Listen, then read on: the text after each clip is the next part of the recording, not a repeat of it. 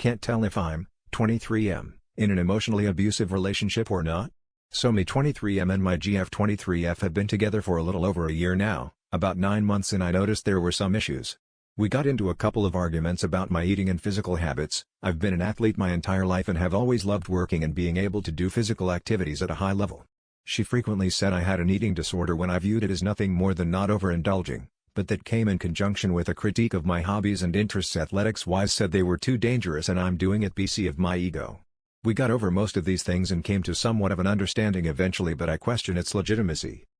We went a little bit without many issues from there on out, but eventually things began to spiral. Eventually she said let's start a fight and asked me my body count. Now personally I did not think it was that bad, less than 15, but her reaction was intense. Throughout the next several weeks the trust for me went out the window and some hurtful things were said on her part. I was called a whore, said I was gross. She told me she wouldn't have dated me if she had known in the beginning, among a plethora of other things.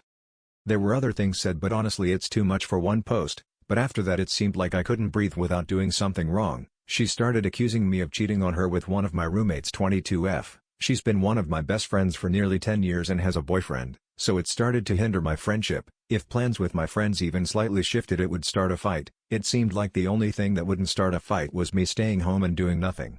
She went back and forth on breaking up with me for weeks while making all sorts of statements that were honestly just hurtful.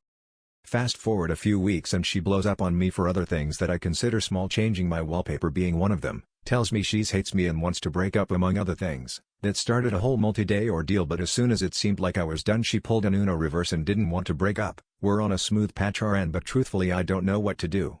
I love her a lot, but it feels like I'm walking on eggshells.